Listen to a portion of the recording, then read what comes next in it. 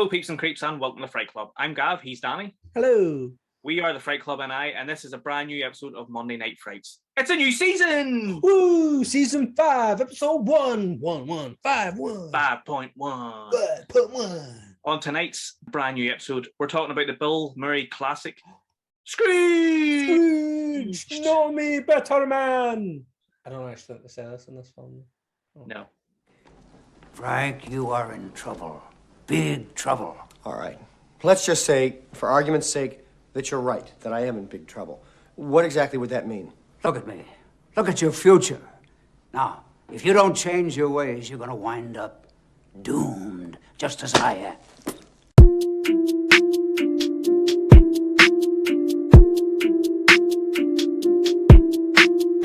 And we're back with a brand new season of Monday Night Frights. It's episode 5.1, and tonight we're talking about the Bill Murray seasonal classic, Scrooged. Yay. Danny, what a film.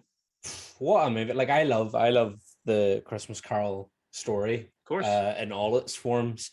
But this one, just this tech on it is absolutely incredible. Like, what a way to bring it into like a modern setting, and what better characters throughout this whole thing. All the acting and stuff, and this is absolutely superb, and it's top notch.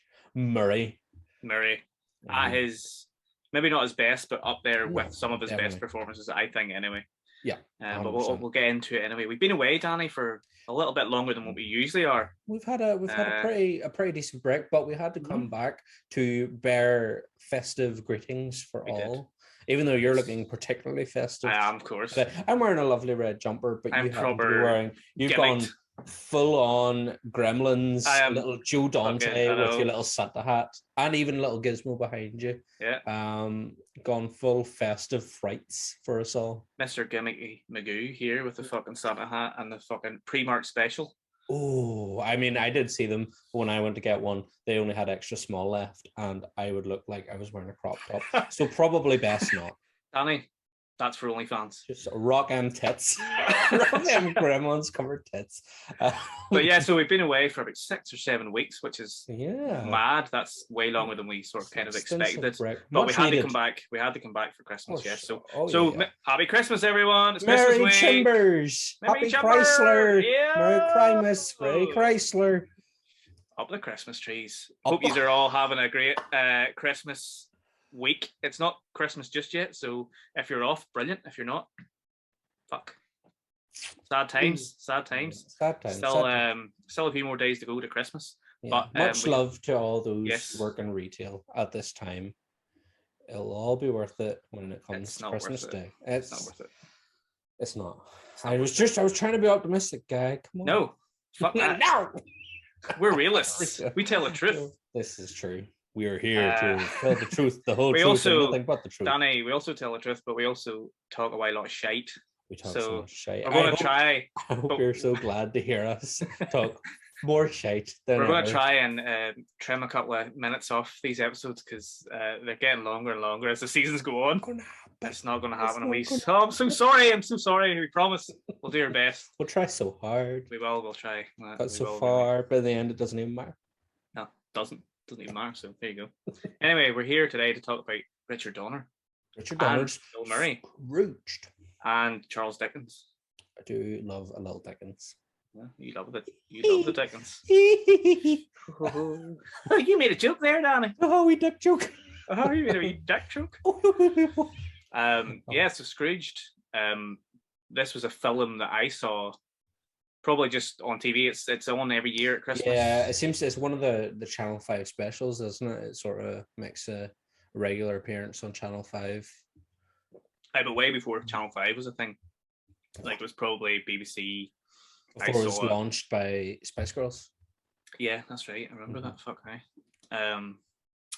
Probably a good few years after it was released. It was released in 1988, but it was probably good few years after it was released. I saw it on TV, and it was one of those films where, behind Ghostbusters, it was kind of the film that I thought of first when I thought of Bill Murray. Because I'd seen it at such a young age, and I hadn't seen a lot of Bill Murray's back catalogue at that point. Yeah. And in fact, he hadn't released really that many movies at that point. He'd done quite a lot of stuff throughout the 90s and became a massive star. Well, he was a massive star in this, but Yeah.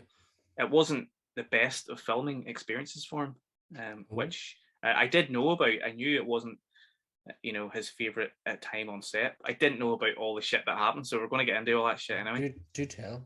I know. Oh, we will. Oh, we will. It was written by Mitch Glazer and Michael O'Donoghue, who are Saturday Night Live writers. Michael O'Donoghue, I think, is the head writer on Saturday Night Live. At this point, he was anyway, and he was very close friends with Bill Murray. So it was a natural fit to get Bill into this role.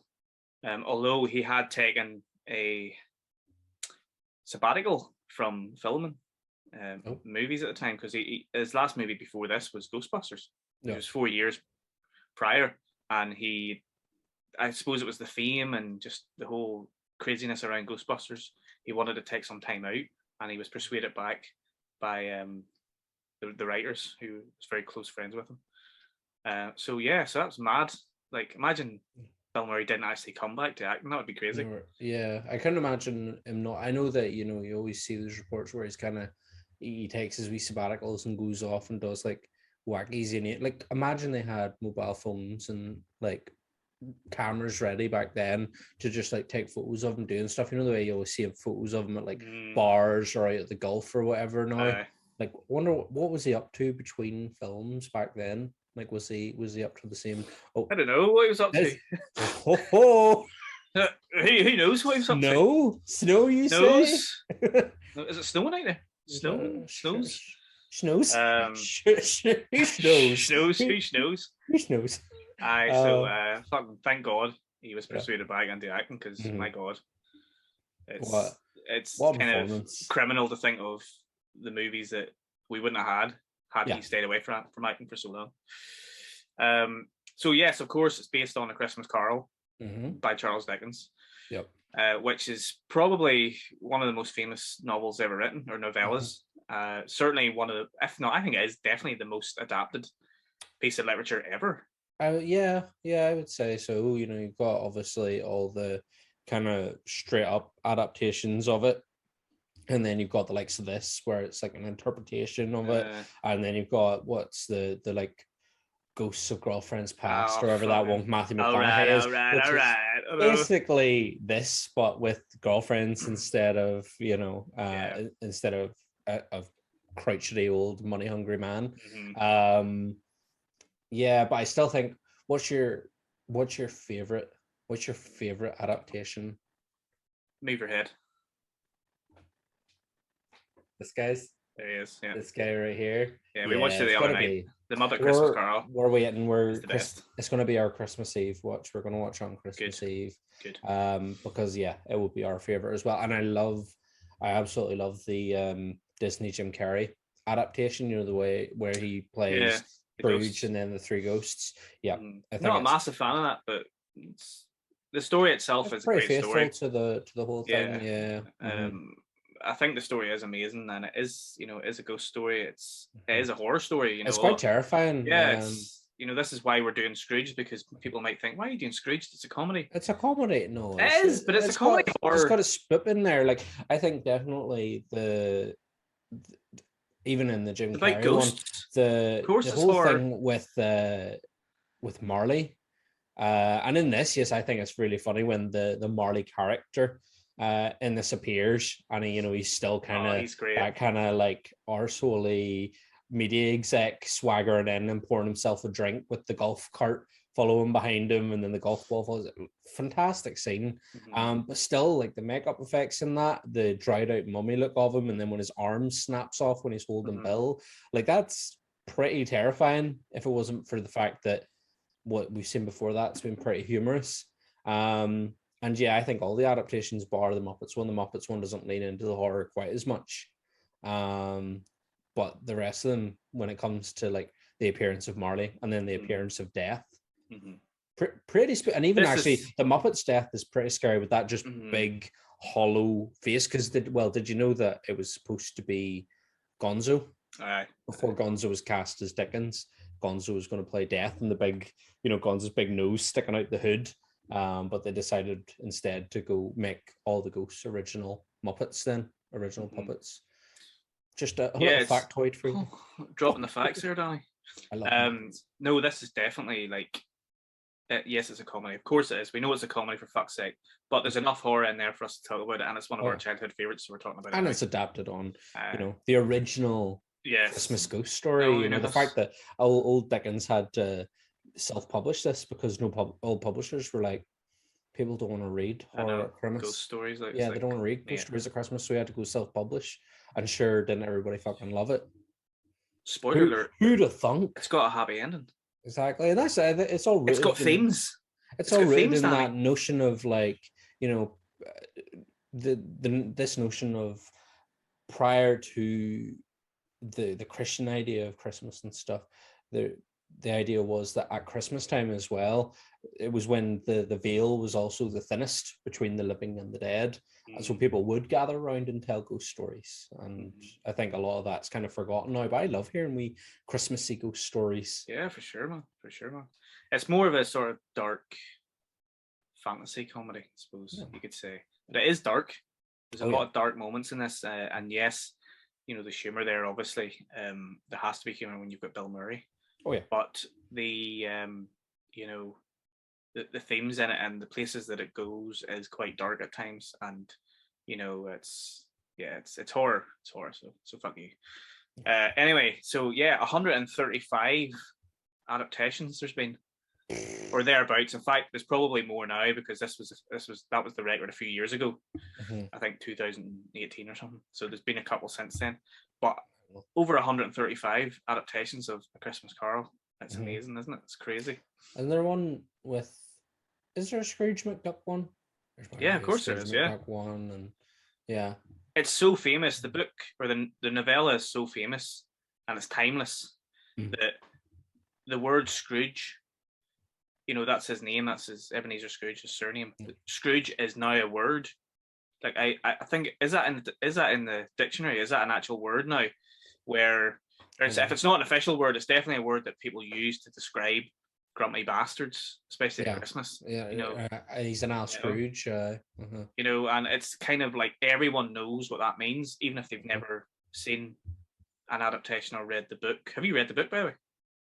No, I've not read. I've started reading it. It's one of those ones I've picked up along the way, but haven't invested full time into. Have you? I have read. I read it a few years ago. It's an easy read, but it's one of those ones where you've seen so many adaptations of it. Yeah. It's kind of hard to digest it now. Just as you know what's coming. You know what I mean? Yeah. It's not even that there. It's just like it's kind of hard to enjoy it for that's obviously the original source, but it's hard to enjoy it because I've seen so many adaptations now of it.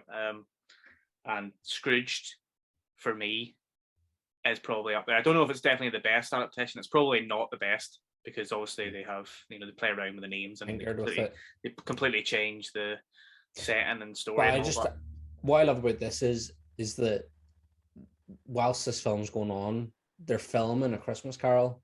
It's happening parallel to the story. Because whenever they it's man. Whenever he drops in from seeing, especially it's when he drops in from seeing the Ghost of Christmas Present, it's the Ghost of Christmas Past, and he's had the argument, or he's just finished having the argument with your girl about going to dinner, and he's like, I'm going to dinner with the exec. I can't miss out on this. And she's like, yeah, but we already had plans to go have dinner with our friends. And then it cuts away and he drops into the movie studio, and it's Scrooge having the argument with his long lost love. And it's just those nice kind of parallels where you're like, the story's going on while the story's going on. Yeah, that's really nice. Originally, apparently the script, when I was doing research on this, I read about all the issues that they had. The original script from Glazer and O'Donoghue, specifically Michael O'Donoghue, the head writer, he said that only about 40% of what they had written in the original script actually made it to the screen. Now I don't know if he's, maybe just fucking playing about there, because apparently him and Richard Donner didn't go on well, and Richard Donner didn't go on well with Bill Murray, or should I say Bill Murray didn't go on well with Richard Donner. Which is kind of hard to believe because Richard Donner seems like such a nice man. But anyway, Michael O'Donoghue claimed that Donner didn't know enough about humour to be a director of a comedy film. He claimed that Donner just thought humor was, being loud and, abrasive and shouting at the screen and, being over the top like Murray is in this. Yeah. In the original script, the character was a little bit more sort of pulled back a little bit and not as screamy and shouty and loud. But Donner really pushed Murray to be loud. To be loud. I do like there's some of the moments in this. It's whenever the hammering.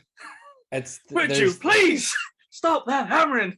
The hammering bit is great, but it's the bit whenever the exec Ghost walked in, he's pouring himself a drink, and Murray's shooting the gun at him. But as he's shooting the gun, he's also shouting "bang," and he's just like "bang, bang, bang," and it just tickles me.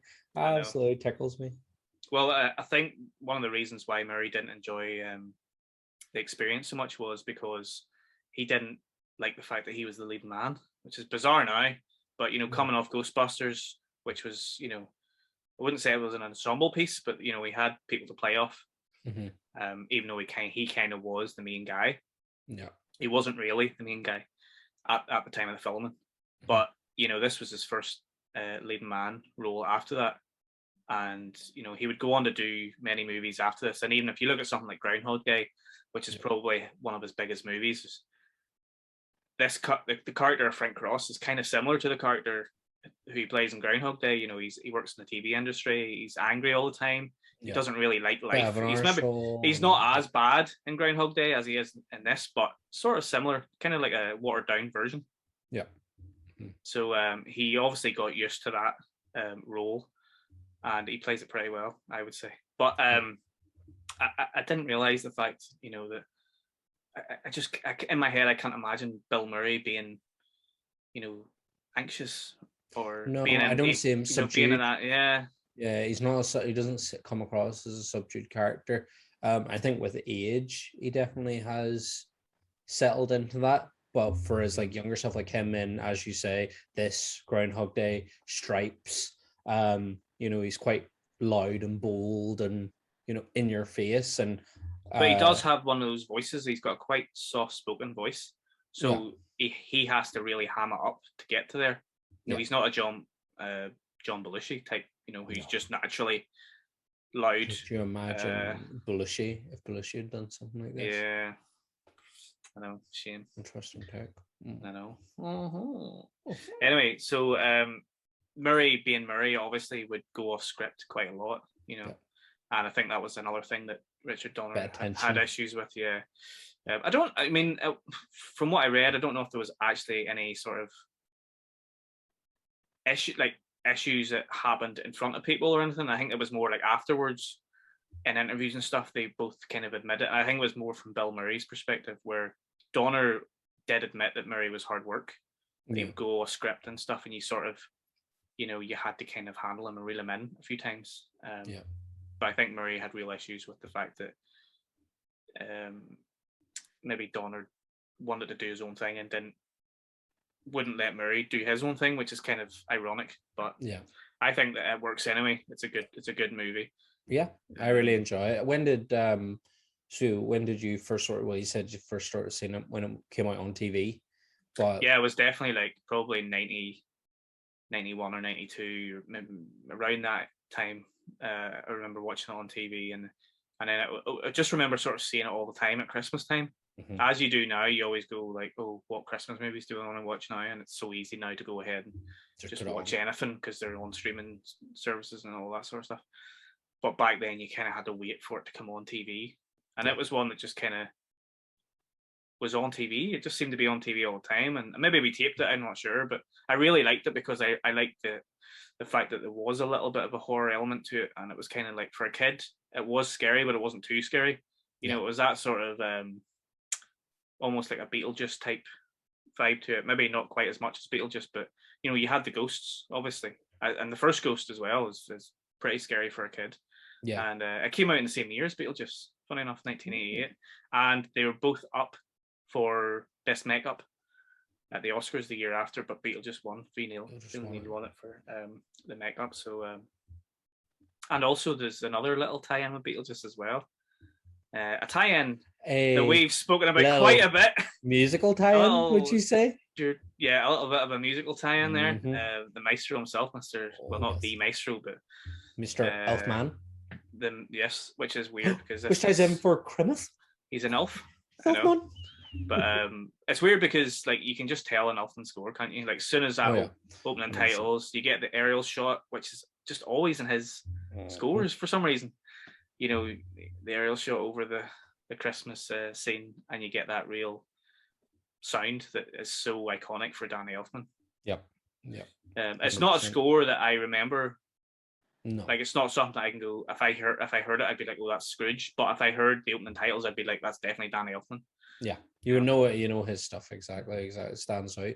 I'm trying to think. Whenever I first saw I think the one thing that really sticks out in my mind, and I think it's because I caught the tail end of it on TV when I was younger, was Death coming out the TV. Like that's one of the things I really remember. And I'm not sure if it's just because I happened to catch the tail end of the movie one time, or if it's just that in my young mind that's what stuck the most. But definitely like going back and revisiting it, I remember like in my teens having like a real Bill Murray phase, like just watching like all his movies. And that one just came up, and it's just like, this is great. And I love, going back and watching it even now. There's so many like just faces and stuff in it. You're like, oh yeah, of course. And yeah, just the dialogue and Murray's delivery on it and everything is absolutely fantastic. And you know what we sort of talked about, there is horror elements in this. One of the most horrifying bits is when Murray's in the restaurant. That's right. And he's yeah. hallucinating. He hallucinates cool. the eyeball in his drink, and then the fella on fire because of the baked Alaska. Like that, it's actually quite stressful. Just like how stressed, obviously Murray's hamming up, but the fact that everyone else is playing it around him so straight faced, it's just kind of like, this is actually really like a really stressful situation. It's an interesting take on it as well. That he sort of he hallucinates first. Yep. Before he actually comes in contact with the ghost. And I love how the waiter comes over and he's like, are you him? Because he doesn't know. He's expecting this ghost, but he doesn't have a fucking notion what he looks like or she looks like or whatever. So I thought that was quite a funny, doesn't appear in his, it doesn't just appear in his bedroom like it does for Scrooge. Actually, just it happens to be a taxi driver driving around New York. Yeah. But then, I mean, the ghosts even interact with the characters later on in the movie, so you're kind of like, well, I know that was a bit weird. Are the ghosts more than just... They're still there in the background, until he becomes good or until he finishes, until the day's over or whatever. I don't know, but they're still hanging about in the background, I suppose, maybe keeping an eye on. But Danny, guess what time it is? Time for the figures. Tell us about the money. It was 32 million, the budget, which is quite a lot of money. 1988. But it made 100 million worldwide. Made about 60 odd million in the US and then 40 or around 40 million elsewhere.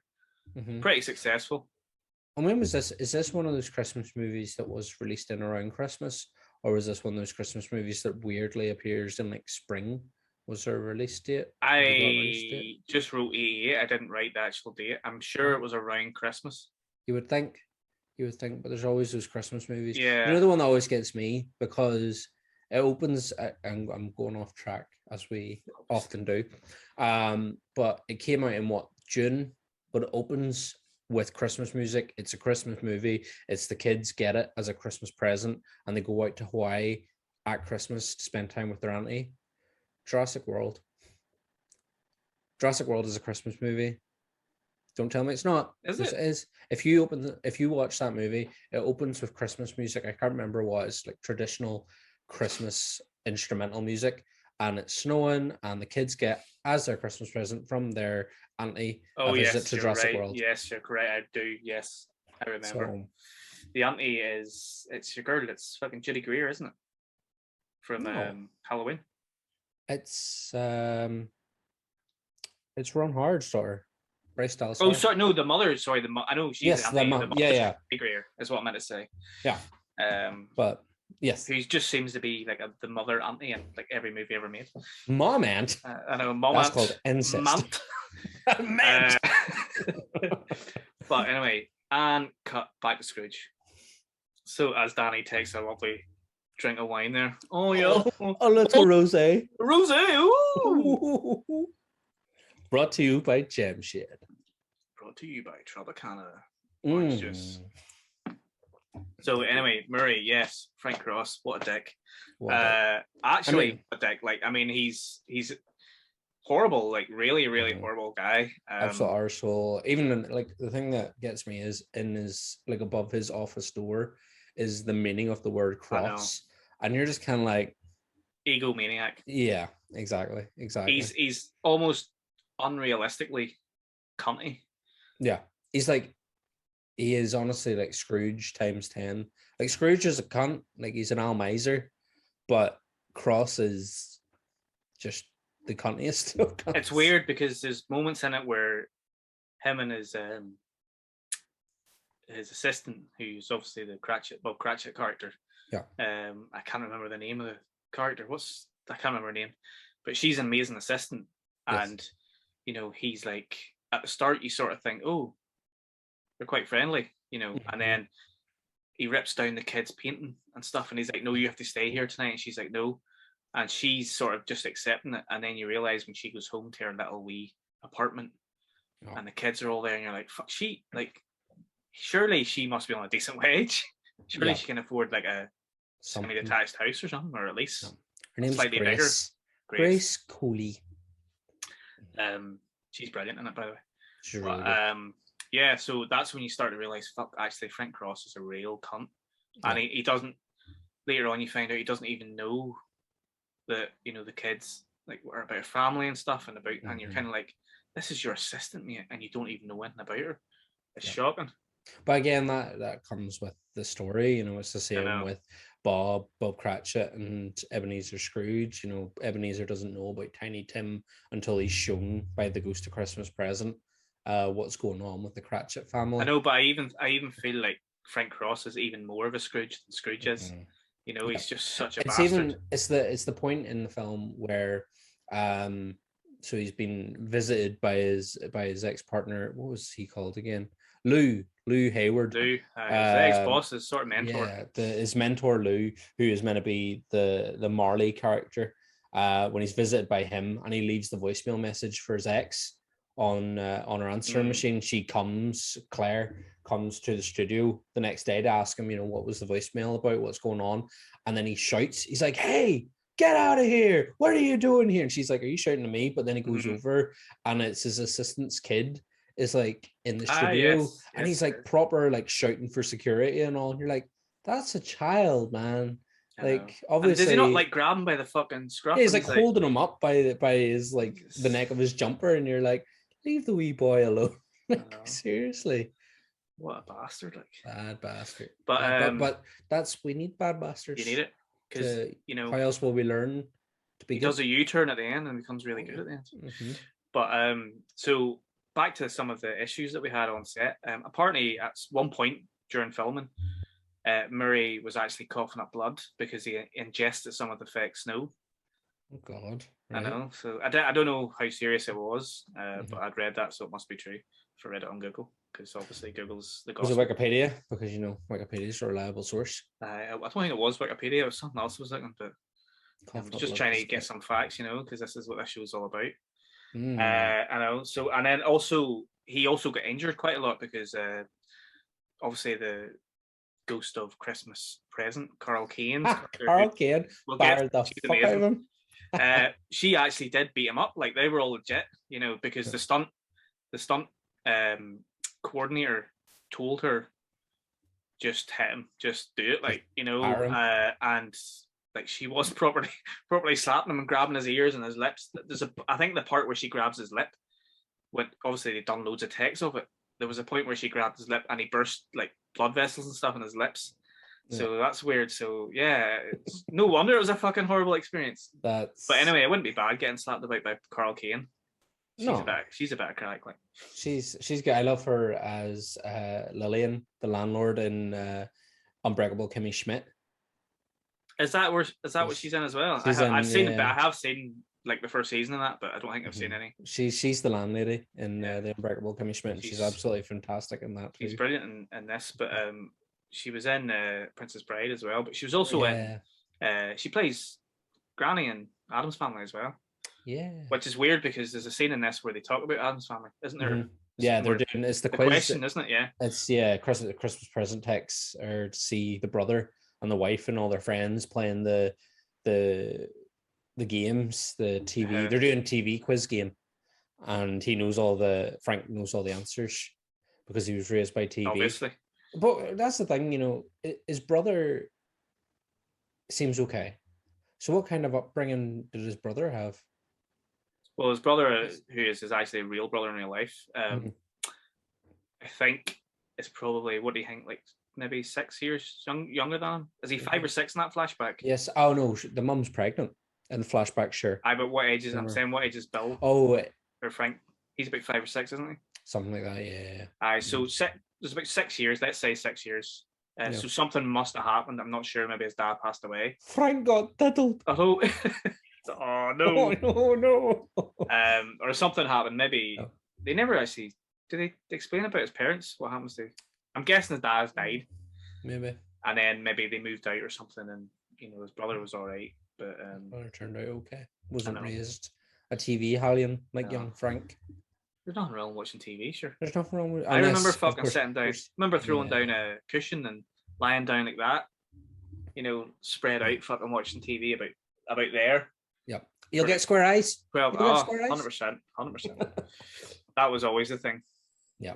Always scared of getting square eyes.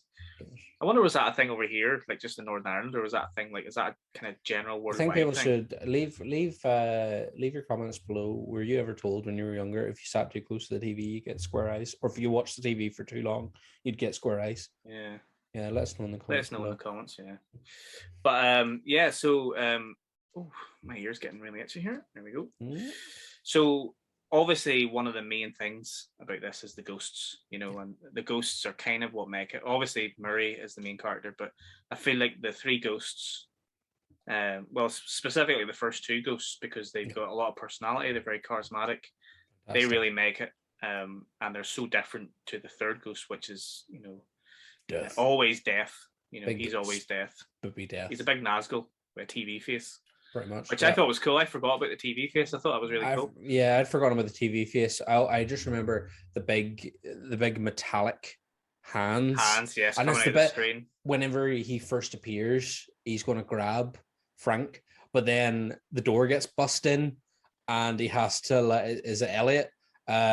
Comes in with a shotgun, and death just disappears, and you're like, what the fuck? So it's like this going to be this really spooky moment that turns into this kind of almost like real horror moment. I forgot. I completely forgot about the character of Elliot, who he sacks in the first 5 minutes of the movie. Yeah, you sort of follow him throughout it and how shit his life has got. Well, it's set in one day, so it's kind of weird. The whole time thing's weird about this film because it feels like it should be longer than one day. Because Elliot, like, he gets drunk, he's homeless. What is it? It's the bit whenever he's just been on the phone and his wife's leaving him, isn't it? And then he goes to get drink, and then it's when he's standing and he's sort of doing his whole "woe is me" bit, and then the car splashes him, and the paper bag falls, and his whiskey hits the ground. I know. It just gets worse and worse. His day gets fucking worse. Poor Elliot. Yeah. So anyway, the ghosts. So the first ghost, the taxi driver, which fuck me, just ingrained in my head. Past. Yeah. Yep. Played by David Johansen, who I obviously didn't know until years and years later was the lead singer of New York Dolls. But he's got one of those faces, quite a big face, big features, and he always scared me, even though he's funny. It was his smile, it was his teeth, it was smoking a cigar, it was the kind of redness around his eyes. Yeah, he always really scared me, and out of the 3, he scared me the most for some reason. I don't know why, but he's quite a funny character. Yep, and he's played brilliantly by David Johansen. He's so good. It's whole when Bill Murray jumps in and he's shooting at him, you're going the wrong way, or you're trying to cause an accident or something, and he just turns around and looks at him, and he's like, "Oh, well, I'm the ghost." And then you look down, you see his driver's license, his taxi license, and it's just what is it? It's like the ghost of Christmas past on the license, and then he's like, "Mind if I smoke in here?" And the whole cab fills with smoke. I know. It's just what a moment. And then when they the step tiger out, goes back. He goes back in time, and he's like, "Where are we?" And it's like, "No, when are we?" He goes back to his childhood home, and then obviously you see his parents, and I love that moment where he's like, "Niagara Falls." Yeah. And Bill Murray starts crying, and it's quite a sad moment actually. It's one of those things where maybe it happened too soon. Maybe he shouldn't have had that moment too soon though. Yeah. Because if he didn't cry, it would have built up his kind of this sort of hard exterior that he's obviously been showing, and it might have paid off a little bit better. But is it not? Whenever he does cry though, does the Ghost Christmas Past goes Niagara Falls, and then is he not like, that was a prime cut of veal there that would be worth so much? Yeah, is it not? Yeah, he puts up that arsehole front pretty much straight away. I love the bit it's just before they go in the house and the Ghost of Christmas Past passes through the door, and Bill Murray goes past through the door and just hits it. And then Ghost of Christmas Past pops his head through the door and he's like, gets him every time. Yeah, that's how that always got me. Like, I think Bill Murray's physical comedy is really good in this film. Really shows. What was it? Oh, and it's the bit when they go in and he sort of like, "Oh, Mum, Dad," and Ghost Christmas Past goes, "Oh, it's like a rerun. It's not live. They can't see you." I think that's a fantastic line, just tying it into TV. He's talking in TV speak because that's all that he knows. Yeah. And I like the fact that we talked briefly about how we think Frank Cross is even more of a cunt than Scrooge. Yep. But I suppose it's tying in with the whole kind of 80s, fast-paced TV industry. Yeah. Which, infamously is fucking horrible. You always hear the stories of all this mad shit that happened in the 80s, especially. Yep. With the speed or you drugs get left behind drugs and people. You have to just go with it, and if you don't go 100%, if you're not on all the time, you do get left behind. But interesting fact about David Johansen. I did not know about this either. He was in the New York Dolls, the punk band, obviously, and the bassist from the New York Dolls was a guy called Arthur Kane. Do you know about this fact now? No. So anyway, with most big rock bands, the lead singer and like the guitarist or the bassist, they all have this sort of rivalry, who's the real leader. And I think they had a bit of a secret rivalry. I don't know how secret it was. But after this film, because Johansen was a big part in the film and it was such a success, Arthur Kane tried to commit suicide. He jumped out of his apartment window, second story, I think it was. What? He was an alcoholic. He got really drunk, and I think he beat his wife or beat his girlfriend, and then he jumped out the window to try and kill himself. He did survive, and I think he had trauma or injuries. Like he wasn't the same. But that's a mad old fact, and he did it because of, well, supposedly he did it because of the success of Johansen and Scrooge. Like, that's crazy. That's madness. But yeah, rock and roll. Mad bastards. But getting back to the script a little bit, the original script, I don't know if it's out there. I don't know if anyone's read it, but apparently the comedy in it was a little bit more subtle. Donner, as I said earlier, Donner brought the Murray, he turned him up to 11, basically. The comedy in the original script was going to be a lot more subtle. And Michael O'Donoghue, who wrote the script, said that, it was a masterpiece. Of course he would say claim, that. Big shout. It's a big claim. Of course he would say that, but he said that it was a really well written script, and it was supposed to be, there was going to be more of a story there. Bill Murray had an influence in the story as well, because that was, I think, part of his deal was that if he came on to play the character, he would get to kind of change it a little bit and do a few wee things that only Bill Murray can do. It'd be interesting to sort of read what the original script was and how much actually did get changed. From that script. I'd be interested in that too, just to sort of see what would have potentially been added to the story, if anything. Because again, they could be tooting their own horns and maybe it would have just been fluff. But would you do that if the movie made 100 million and was a huge success? Would you be like, oh yeah, it was really successful, but our original script was way better? True. It's not as if they lost credit or like they were 100%. They were the writers. They're going to get all the credit for it, pretty much. But obviously, Donner, unless Donner and Murray were getting the credit for it, and they were like, oh, Why are they not talking about us? You know, we're the we want more Saturday Night Live writers, you know, and all that shit. But well, fucking writers for you, man. Anyway, yeah. So David Johansen's amazing as a taxi driver. Can we go back and talk about Lou though? Yes, sorry. Lou's technically the very first ghost. I have that on his appearance whenever he first appears, and the door's like rattling, and then all these like punch marks appear in the door, and then the door explodes. What is it Lou says? He walks in like Darth Vader.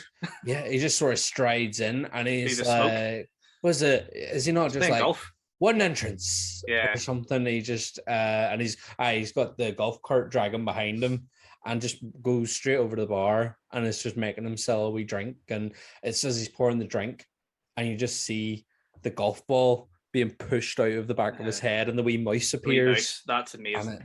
That stuck with me for a long time. I think that was scary for me when I was a kid. Mm-hmm.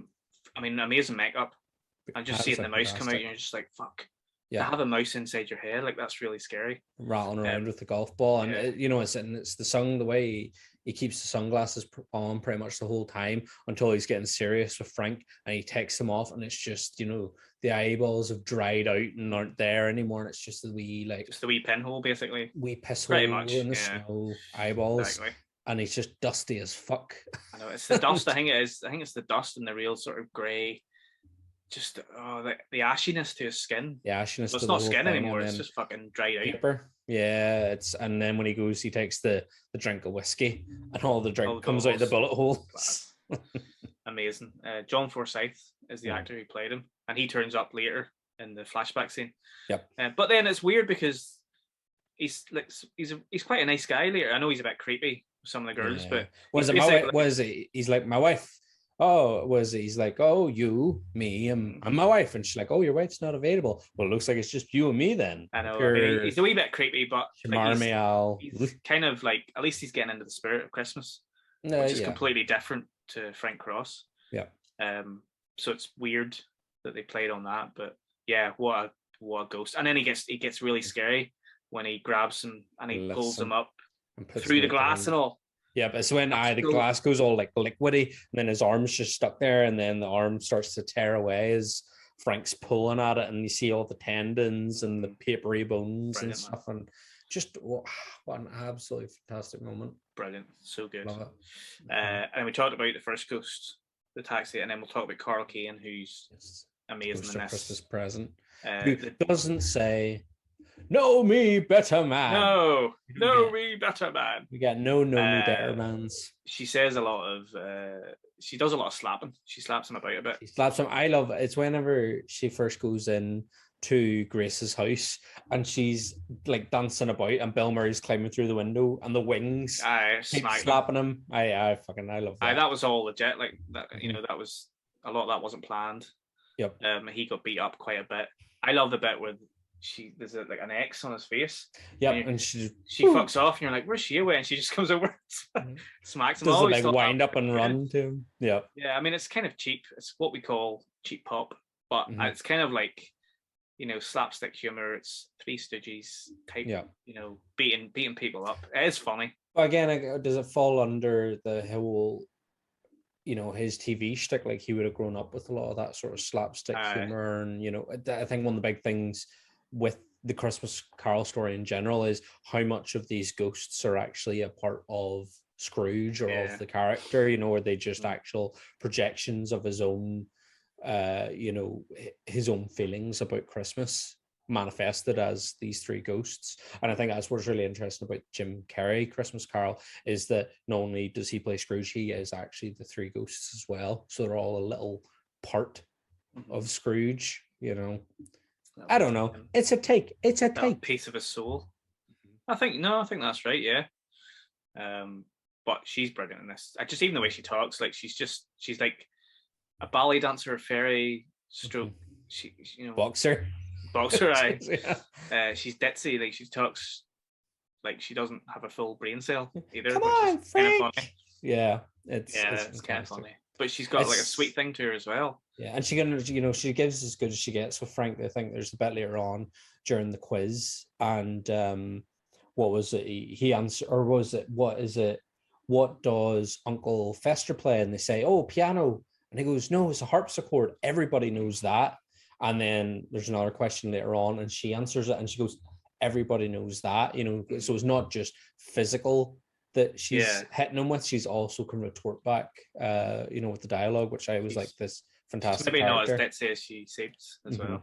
Yeah, exactly. Which exactly is how it is with Ghost of Christmas Present as well. You know, he just seems like this big dafty of a giant in most adaptations, but he's not. He's actually a lot more clever, and he gets wiser as his time progresses because he lives his lifespan within that moment.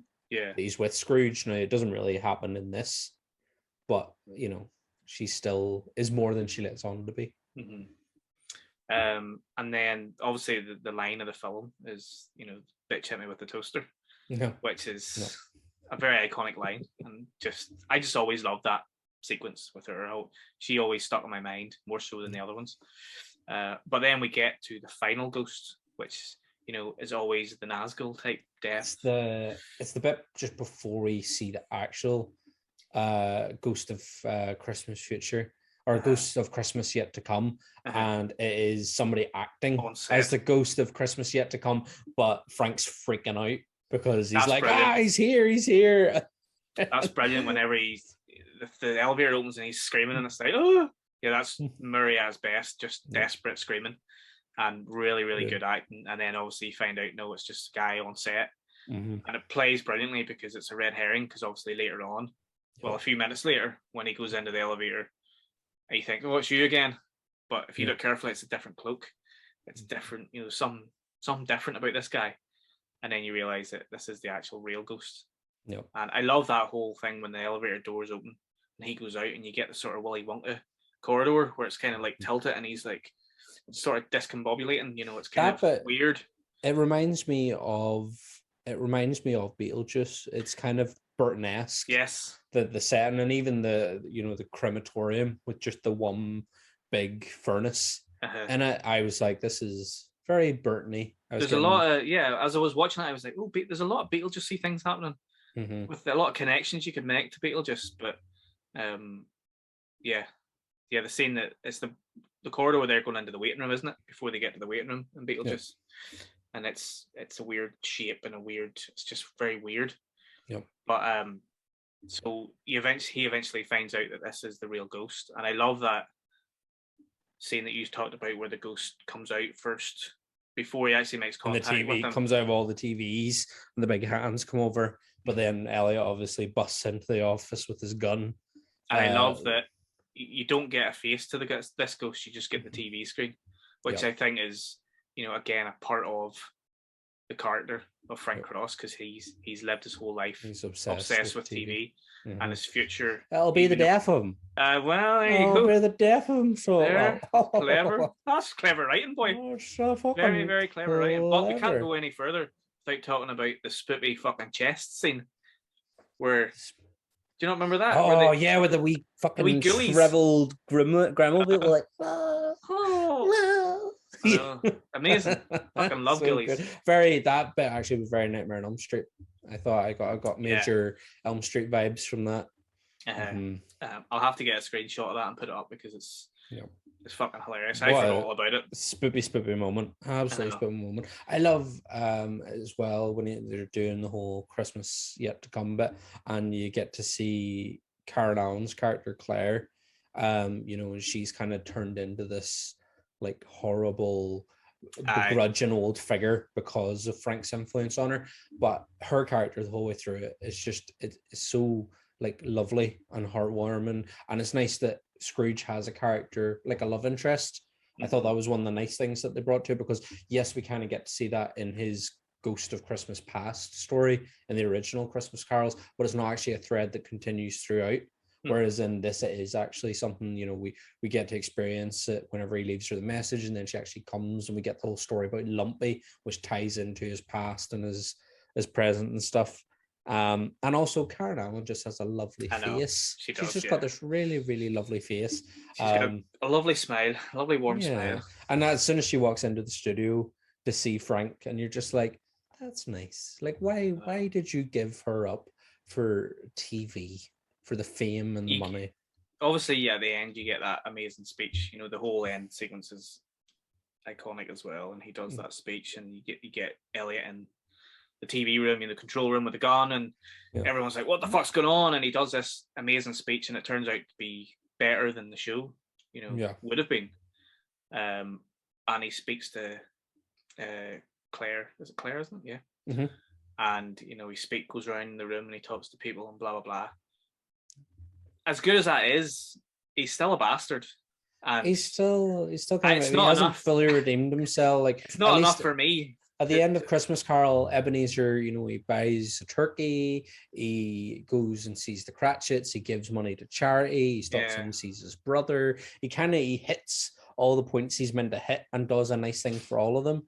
Whereas he still hasn't really, like, Grace, it's kind of implied that Grace is going to get her Christmas bonus, like she's going to get a raise, but there's nothing for, like, definite done. He just kind of does a lot of talking. Now, the nice bit is after his speech is that Calvin, Grace's son, gets to come up and do the "God bless us, everyone," which is a fantastic moment. Of course, we've got his whole strand through the film is that he doesn't speak. He's not spoken since his father died.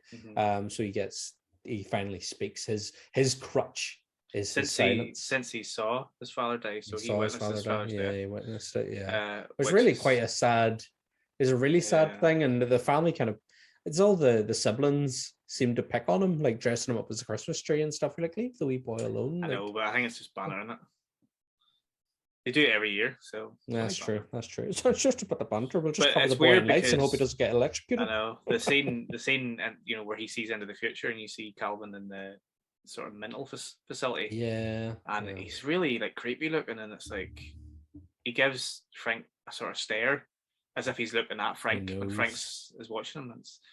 It's pretty scary, and I thought it was scary as well whenever Cara Nell played that character, the real snotty person that she's changed and her face is all whitened out and the eyes are really dark and the hair's like slicked back under a hat, and it's very just in general I think it's very dystopian.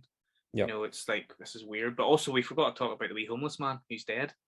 That's really sad. I loved it whenever he goes to the shelter to see Claire and he's chatting with them all and he's doing like the TV impersonations and stuff, and I was like, this is quite a sweet scene, but then obviously he's still kind of an arsehole about the whole thing. No.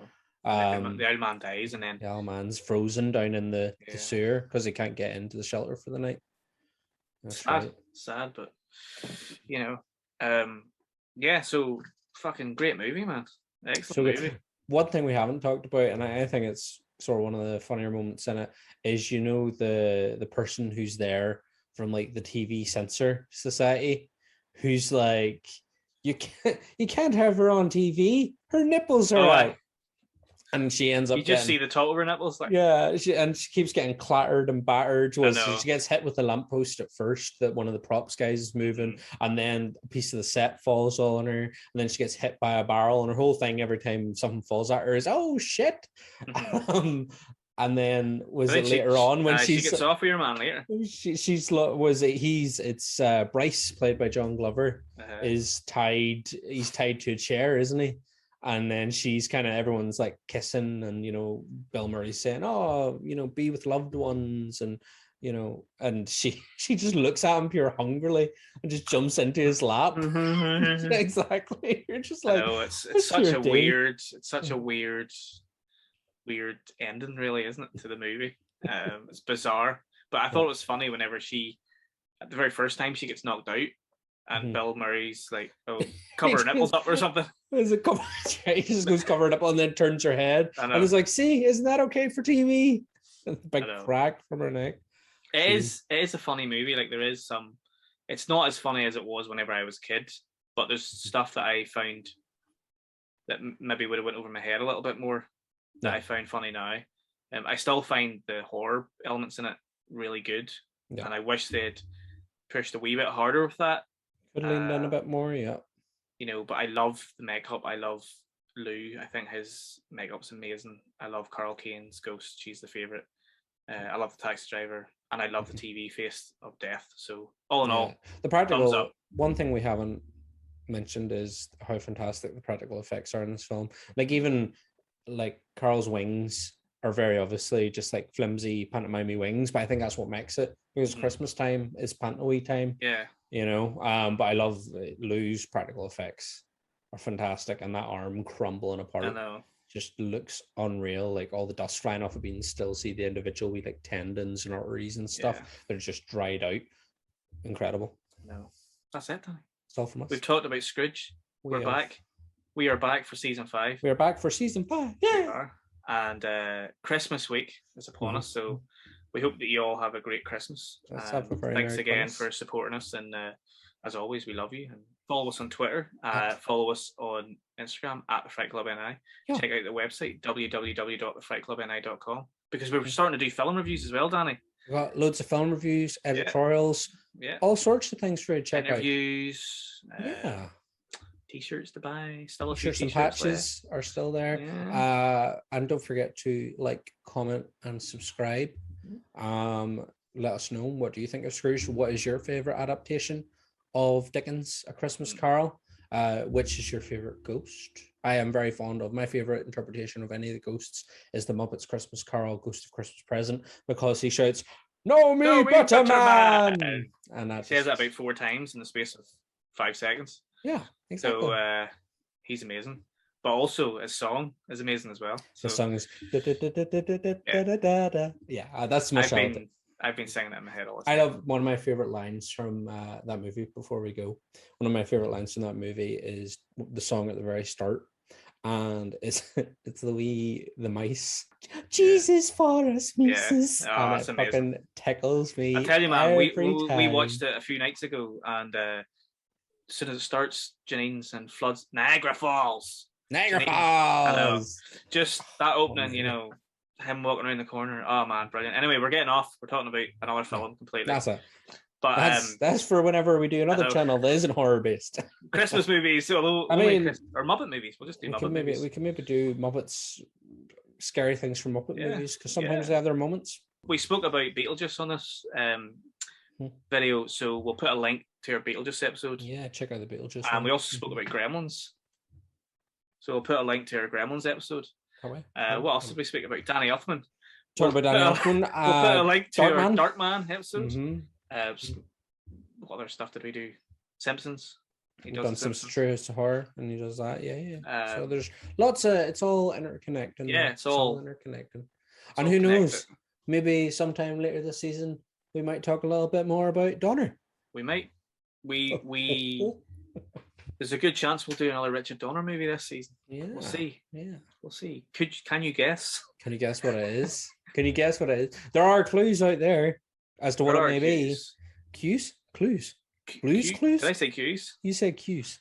They are clues. Clues. There's clues out there. You could say, there's clues out there. That's all I'm going to say. I was like, I know exactly what I'm not going to say it. I knew what you were going to say, and then you didn't. But, why do we do this? It's all for you. That's why we do it. It's all for you. It's all for you. So thanks very much for watching our return to YouTube. And thanks for all the support so far. Please keep supporting us. Subscribe to the channel, like, share, all that good shit. We will be back next week. But until then, enjoy your Christmas, everyone. Merry Crumbles. Stay safe. Take care. Bye. Bye.